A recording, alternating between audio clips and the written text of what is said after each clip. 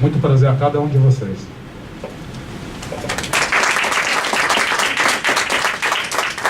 Então agora vamos para a Defensoria Pública e já no contexto, né, que a Defensoria Pública, para popularizar mais, né, são advogados, defender direitos, acesso a direitos. E aí nós estamos falando da base, né, do que as pessoas chamam de minoria e a maioria estão sendo ceifadas. E como garantir os direitos, ainda mais a Defensoria Pública que defende a área da criança e do adolescente. Essas demandas chegam, e quando chegam, e se chegam na Fundação Casa, porque é a pior parte, como chegam? Então, uau, né? É um pouco difícil falar depois desse tipo de exposição que foi feita aqui. A Defensoria não está acostumada a receber esse tipo de debate dentro das suas estruturas, né? Mas é sempre importante e esperamos que a partir de agora a gente receba mais esse tipo de discussão, esse tipo de pontuação, que é sempre bastante importante para as estruturas do Estado receber, bater na sua porta, entrar dentro da sua casa os representantes máximos do que é o genocídio do Estado brasileiro, né? Quando a gente fala em genocídio, não é somente o extermínio físico, não. É toda a limitação de modo de ser e de existir é uma forma de genocídio, né? A gente, dentro da Defensoria, a gente consegue levar esse debate até com bastante complexidade, aprofundar em relação à comunidade preta, pobre e periférica, né? Mas em relação a questão indígena, e isso o Davi está completamente coberto de razão, é bastante deficitário mesmo. A gente tem um déficit e uma responsabilidade bastante grande em não coibir os avanços das violências que acontecem com a população indígena de São Paulo, que é tão pouco, como ele mesmo colocou. Recentemente saiu um dado interno da Defensoria, pesquisando dentro dos seus integrantes o critério raça-cor das pessoas que compõem a Defensoria, né? Dentre quase 800 defensores, 2 pessoas se declararam de origem indígena. Assim, eu até achei um número bastante expressivo, né? Porque a gente não vê dentro da estrutura do Estado, a gente percebe que até mesmo a população negra, que é a maioria da população, é muito subrepresentada, é bem inferior, né? Nesse sentido, a gente observa que é um déficit democrático de participação plural dentro das instituições mesmo. A Defensoria, como instituição do sistema de justiça, não fica, não é diferente das outras instituições, como o Ministério Público, o Judiciário em si, né? São formadas majoritariamente por pessoas vindas da elite mesmo do país, do pessoal que historicamente se favoreceu, prevaleceu, continua se favorecendo e prevalecendo do extermínio e genocídio das populações tradicionais e das populações ancestrais mesmo, né? E isso fica muito claro na atuação institucional da Defensoria, quando a gente trata com a questão indígena em si e com a questão da juventude, fazendo esse recorte ainda de maior vulnerabilidade, que é a questão da juventude em situação de rua, né? A Defensoria, a gente tem... Isso aí é reconhecendo mesmo a precariedade no atendimento da questão indígena, a gente é extremamente precário mesmo. Como o Davi colocou, esse discurso de que é competência federal, de que é questão da Defensoria da União, que é questão do Ministério Público Federal, que tem que acionar a FUNAI, procedente para alguns aspectos da questão indígena, mas para outros não é. Toda a precariedade em relação a políticas públicas de atendimento à população em geral, população pobre, população indígena, população, os imigrantes estrangeiros, tudo é competência da Defensoria. Falta de acesso à saúde, acesso à escola, violência estatal, tudo é questão da Defensoria do Estado mesmo, né? Então, assim, a gente tem esse déficit de atuação. Fazendo um reconhecimento aqui, e já disponibilizo conversar pessoalmente, diretamente com o Davi, para a gente fazer uma visita na comunidade, fazer o levantamento dessas questões que você colocou. A gente pode sentar e conversar depois com bastante detalhe em relação a isso. Nessa questão dessa sobreposição de vulnerabilidades, né, a Defensoria ainda dentro do sistema de justiça, sem querer fazer qualquer autoelogio ou defender a instituição, a gente procura na medida do possível estar aberta às demandas sociais do público que tem mais necessidade do atendimento da Defensoria mesmo, né? Pelo menos assim, o que diferencia a Defensoria das outras instituições do sistema de justiça, a Defensoria é elitizada também, mas o que diferencia é esse contato cotidiano com o público mesmo, com a população, com esse tipo de drama humano. A gente recebe isso todos os dias, tem centenas, dezenas de atendimento, e a gente recebe isso todos os dias. Seja da população encarcerada, violência doméstica, violência institucional, carência de políticas públicas, violência contra criança e adolescente. Todos os dias é o trabalho da Defensoria. E nessa sobreposição de vulnerabilidade, a gente procura aprimorar o que vem a ser o atendimento da Defensoria, né?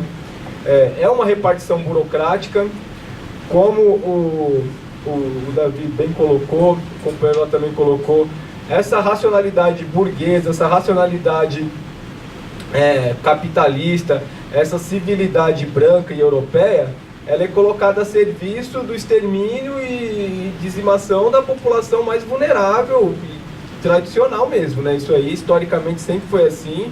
A gente observa isso quando nas aulas de história, na abordagem jornalística, tudo é feito como se houvesse uma única história possível em detrimento dessa outra versão. Nunca é contada. Se quem não tem acesso a esse tipo de espaço, não tem acesso a esse tipo de história. Então, é bastante importante a gente transformar esse tipo de discurso, esses espaços, numa caixa de ressonância. Tendo isso em vista, sim, o atendimento da Defensoria, há alguns anos a gente procurou facilitar o acesso desse público mais vulnerável, que é aqui no centro de São Paulo. Isso é notório, que a gente sai daqui, a gente vai ver todo mundo dormindo nas marquises aí. É uma população bastante expressiva, que era facilitar o atendimento da população em situação de rua. A gente criou um canal, uma porta de acesso. Qualquer cidadão que passe pelos critérios de atendimento da Defensoria precisa ligar no 0800. A população em situação de rua, ela tem a porta aberta sem precisar passar por esse entrave burocrático de atendimento, né? Dentre os milhares de atendimentos que já foi realizado com a população em situação de rua, com esse segmento populacional, o que a gente observa, como o Sr. Robson colocou, jovens, né, adolescentes, crianças não, mas adolescentes até procuram a Defensoria, só que é uma escala infinitamente menor do que o público adulto normal mesmo, assim. E o que a gente observa é que o Brasil, ele adota na política, na concepção de atendimento à infância e à juventude, o princípio da proteção integral, né? Esse é um dos princípios orientadores do ECA, tanto que a criança e o adolescente, ela tem preferência no atendimento público em hospital, atendimento no sistema de justiça, formulação de políticas públicas. Só que é como o Pirata colocou no início. Isso está lá no plano do papel, está na lei. Na execução disso, a gente observa que muitas vezes na formulação do orçamento consta esse tipo de política para favorecer o dinheiro que vai ser destinado ali. Mas na execução, aquilo ali se o dinheiro for colocado em alguma iniciativa, a gente não sabe, não tem controle, não tem fiscalização. E a gente percebe, né, que no Brasil o massacre das populações mais vulneráveis assim, ele é colocado a serviço do discurso de racionalidade e progresso, como o companheiro colocou aqui, que é essa expansão irracional das cidades, do uso do transporte, de tudo é feito em nome do progresso, mas o que a gente observa é que está matando os meios de vida de todos nós, né? Agride todos nós igualmente. Se a gente for pensar na questão da juventude em situação de rua, a gente tem o ECA, que define os direitos da criança e do adolescente, e tem também o Estatuto da Juventude. O Estatuto da Juventude ele é de 2013. O Estatuto da Juventude, ele pega a faixa dos 15 aos 29 anos. Então, dos 15 aos 29 anos, são pensadas as políticas para a juventude, que é uma série de princípios, diretrizes e direitos que são conferidos para essa faixa populacional. Só que aí você pega o ECA, ele é pensado para a criança e o adolescente vai até os 18 anos. Então, dos 15 aos 18 anos, tem uma dupla proteção do ECA e do Estatuto da Juventude. E isso, por mais contraditório que seja, que se apresenta, é que o perfil dessa população que está na rua, ela tem essa dupla proteção do ECA e do Estatuto da Juventude, e ao mesmo tempo é um segmento populacional que essa faixa de idade, quem está na rua, com todos os absurdos que é a violação de direitos da situação de rua, é a mais violada ainda. Porque ele é visto como uma ameaça, porque predomina em relação a esse segmento populacional a visão, ainda dentro da estrutura do ECA, da Justiça da Infância e Juventude, ainda predomina em muitas decisões a visão menorista que a gente diz, que é tratar o jovem como menor, que é a visão anterior que tinha, que o jovem ele devia ser protegido de si mesmo, porque ele em si já é uma ameaça, ele pode se prejudicar e prejudicar a sociedade como um todo. E em situação de rua, quando o jovem se encontra em situação de rua nessa faixa de idade, o que a gente observa é isso. É uma ausência absurda de qualquer política pública ou estratégia de política pública para tentar incidir sobre essa questão desse segmento, desse perfil populacional dessas pessoas que estão na rua. Eu digo isso porque a gente tem, na cidade de São Paulo, tem toda essa rede de atendimento para a população em situação de rua, que, como o Sr. Robson colocou, funciona muito mal mesmo, deixa muito a desejar. E dentro dessa rede, que já é precária, a gente não consegue identificar um serviço voltado para esse perfil de população, que seriam os jovens, adolescentes nessa idade, que atenderia de maneira qualificada essa população. Depois a Patrícia vai dar uma esmiuçada em relação a isso. É só para a gente ter em vista que, mesmo tendo lei que garanta essa proteção, sobreposição legislativa, o que a gente observa é que na prática esse perfil populacional é extremamente exposto, está suscetível a todas as vulnerabilidades e violências que acomete a população que está em situação de rua. A gente não tem uma política específica de abordagem, tratamento e acompanhamento para essa população em situação de rua, desse segmento populacional, dos jovens. O que a gente observa é que eles se organizam, essa lógica da viração da rua, eles conseguem se organizar para sobreviver, fazer aquela estratégia de resistência, conseguir se situar na cidade, se locomover. Só que o que acontece também é que não é raro a gente conseguir identificar, tem uma concentração de jovens que estão ali no pátio do colégio, estão em Angabó. De uma hora para outra esse jovem some, assim, desaparece. Você vai lá ver, não tem mais. E ninguém sabe para onde foi, e não foi encaminhado por uma política pública consequente de atendimento, não. Normalmente teve alguma ação de repressão, e esse pessoal se deslocou para outra área da cidade e se virar de outra forma, Sem contar também que nas estratégias pequenas e precárias que existem de atendimento, são extremamente insuficientes, porque o próprio perfil dessa população são extremamente refratários a qualquer tipo de atendimento, assim, Então, o que a gente observa é que tem a disposição legislativa, tem as leis, tem as estratégias, é tudo pensado, mas no papel, na prática a gente vê que não funciona. E, ao mesmo tempo, as estruturas de funcionamento do Estado que deveriam atender esse tipo de população, como o Sr. Robson colocou, é a organização burocrática, às vezes passa pela má vontade do profissional que está ali, e às vezes passa porque a política foi pensada, foi concebida de maneira burocrática no papel e não serve para a realidade, A gente vê que dentro tratando das políticas específicas voltadas para a juventude, existe uma série de disposições e organização. A gente vê o próprio Estatuto da Juventude, ele organiza diretrizes, princípios, elementos para a composição de uma política, define competências, o que a União deve fazer, o que o Estado deve fazer, o que o município deve fazer. existem conselhos, conselho municipal, conselho estadual, conselho federal. Só que quem consegue participar desses espaços? Quem consegue efetivamente acionar ali os representantes, consegue se fazer ouvir dentro das suas necessidades concretas, dentro das suas possibilidades de contribuição. A gente vê que tem um espaço lá, não funciona, e é o que tem por definição, por disposição legal. Só que a partir do momento que isso é pensado, é posto em forma de lei e não funciona, o que resta pra gente? O que a gente vai fazer?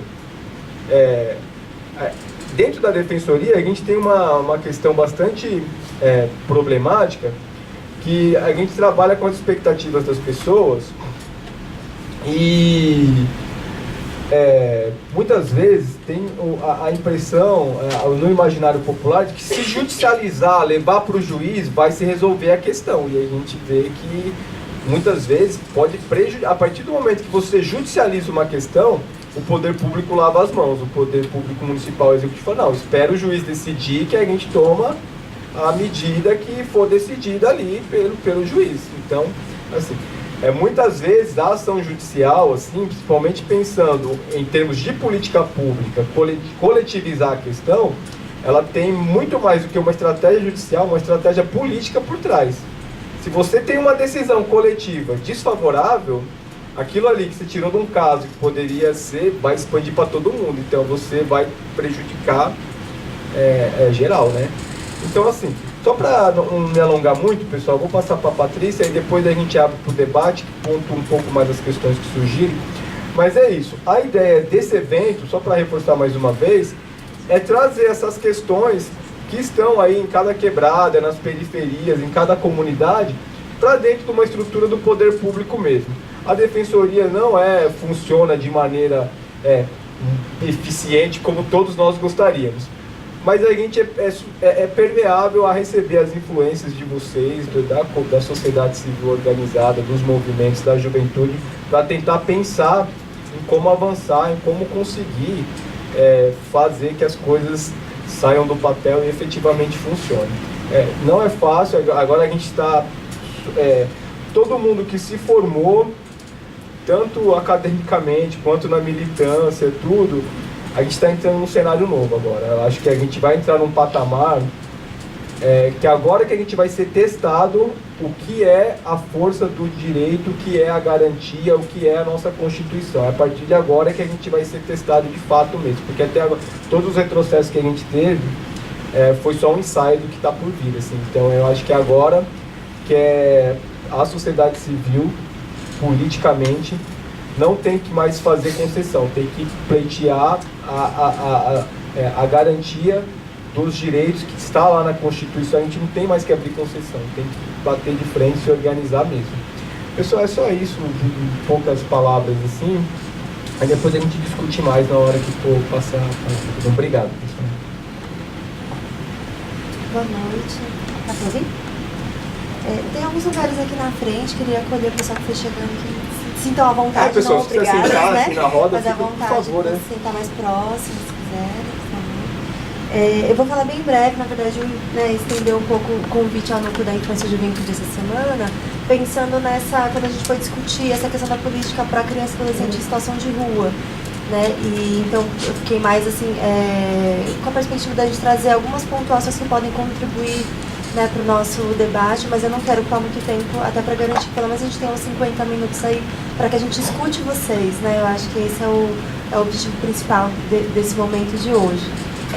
Eu queria só, para quem está chegando, esclarecer, eu sou assistente social do Núcleo da Infância e Juventude, eu não sou defensora pública. A Defensoria Pública conta com o Centro de Atendimento Multidisciplinar, uma equipe reduzida dentro da Defensoria, mas que tem essa perspectiva de trazer, né, um apoio para a atuação, né, da Defensoria nas nossas áreas. Então a gente tem alguns profissionais de sociologia como o Will, mas temos mais assistentes sociais e psicólogos, né, nas unidades, mas em geral apenas um de cada área para apoiar a atuação, às vezes de 15 defensores, né, por unidade. Então realmente é bem assim, desafiador para a gente também conseguir garantir esse olhar. Mas o que eu escolhi, acho que como pontos principais para contribuir para a reflexão, indo na linha da provocação pirata, né? Eu acredito que acho que a gente precisa, enquanto núcleo da infância, reconhecer que o núcleo hoje não tem uma atuação, né, com a população indígena, não existe uma política de atendimento, uma diretriz na defensoria como um todo, né, que algumas unidades, às vezes até pela realidade local, já construíram uma aproximação com a comunidade daquela região. Mas enquanto defensoria pública a gente não tem uma diretriz ou algo que subsidia uma atuação para aproximar, né, a defensoria institucionalmente, de assumir isso como uma política de atendimento. E com certeza eu entendo que a gente precisa construir, e aí eu acho que nesse sentido até vou trazer um relato de uma experiência de construção da aproximação a partir da pressão da sociedade civil, a defensoria, que eu realmente, enquanto assistente social, inclusive, né, defendo e acredito que é o caminho para a gente poder pautar aquilo que não está sendo feito, né, pelos órgãos públicos para realmente defender direitos. Então, no caso, por exemplo, da criança em situação de rua, em São Paulo, a Defensoria Pública, de 2015 para 2016, chegou primeiro no Núcleo de Direitos Humanos, né? Em 2016, o Núcleo de Direitos Humanos acionou o Núcleo da Infância, e a partir de uma provocação da sociedade civil. Eu não sei quem é aqui da região de São Paulo, mas só para situar um pouco quem não desde 2014 começou a se formar uma rede de enfrentamento justamente a essa invisibilidade das crianças, adolescentes e jovens em situação de rua, né, por conta das mortes, mas também daqueles que estão vivos, mas que de certa forma são ignorados ou não têm um reconhecimento, um atendimento pelas políticas públicas. Então, essa rede de enfrentamento veio e provocou a defensoria, que talvez seja algo que, enquanto grupo que vocês estão construindo, né, a partir desse seminário, essa aproximação, possa também, né, a gente pensar uma forma de efetivar de fato essa construção de um atendimento que hoje, né, a gente reconhece que não existe ou não existe de uma forma qualificada, né, com certeza. Então, essa rede provocou a defensoria. Aí houve alguns encontros, diálogo para entender qual era a demanda, o que a rede estava identificando, né, dessas ausências das políticas e também da ausência, né, de um atendimento efetivo da Defensoria Pública nessa área. E foi a partir disso que, né, se construiu, então, diversos encontros, atos junto da Defensoria Pública, junto com a rede e com as crianças e adolescentes que estão em situação de rua, que vinham, né, vivenciando essa situação do luto e, enfim, dos seus colegas que vinham sendo, né, mortos de diversas formas, né, que a gente entende tanto a morte pelo uso de droga, mas o não atendimento na área da saúde quando é chamado, porque essa população é ignorada, né, quando é chamado atendimento de saúde emergencial, por exemplo, até a violência mais por agentes de segurança ou outros, né, atores, enfim, mas que de alguma forma há sempre uma omissão, né, do Estado. Então, a partir daí também houve um cronograma mesmo que foi se constituindo junto com a rede, né, e profissionais que atuam em movimentos nessa área. Então, houve audiência pública, a partir da audiência pública que juntos, né, então não foi uma atuação individual da defensoria de forma alguma, foi a partir dessa pressão mesmo da rede, mas aí conjuntamente a gente foi construindo, porque eu não vejo também como a Defensoria Pública construir ou propor uma política de atendimento, seja interna ou externa, né, sem ser conjuntamente, porque é a partir dessa escuta de quem realmente está sofrendo a violência no dia a dia que a gente pode, ou a omissão que a gente pode construir algo que atenda às necessidades reais, né? Que sejam contínuas, né? Que seja contínuo, exatamente. Então, identificando que era uma atuação extremamente pontual, porque não é que nunca atendia, mas eram sempre muito pontuais e por isso muitas vezes não efetiva, porque não se construía um entendimento aprofundado, pesquisa, né, e realmente pensar estrategicamente na defesa, acabava muitas vezes não sendo efetiva, ou sendo efetiva para uma situação, mas não para aquelas outras 50 que não foram atendidas, muito mais, né, enfim. E a partir daí foi se provocando os conselhos municipais sobre essa questão. Então, desde 2016 para cá, que a gente tem tido essa atuação. E nesse momento em São Paulo, para resumir, né, o que a gente conseguiu fazer com a rede, né, em conjunto com essa atuação da rede. foi provocar os conselhos municipais a instituir grupos de trabalho para construir uma política pública municipal para criança e adolescente em situação de rua.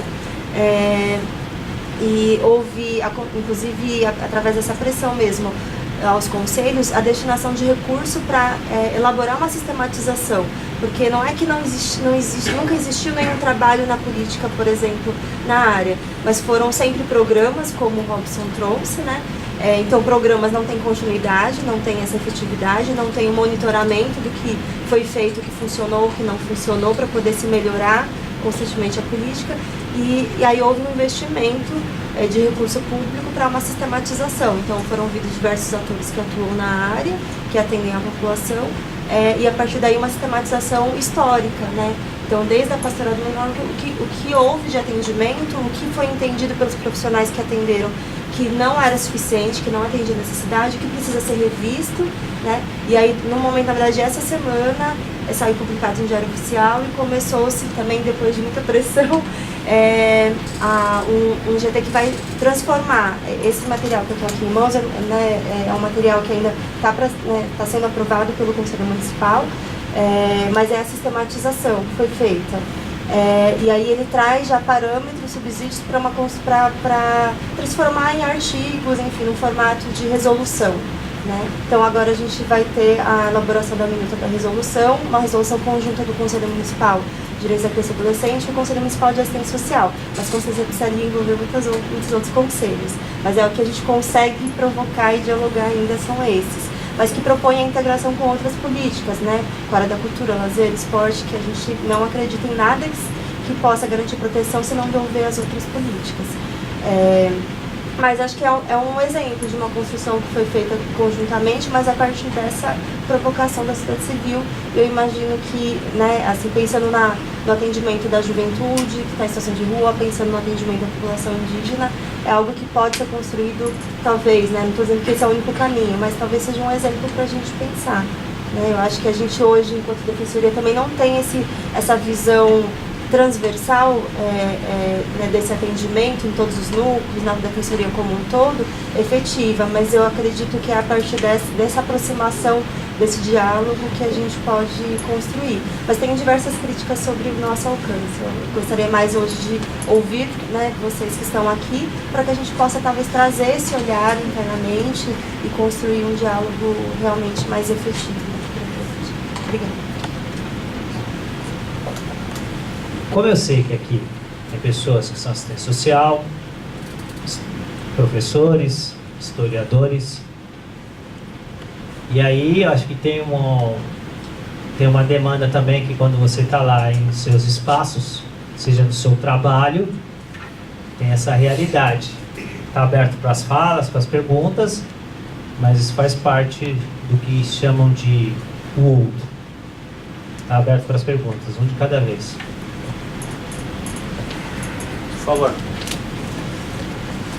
Eu só vou deixar o Nando aqui mediando um pouquinho para mim, porque eu vou resolver um problema aí.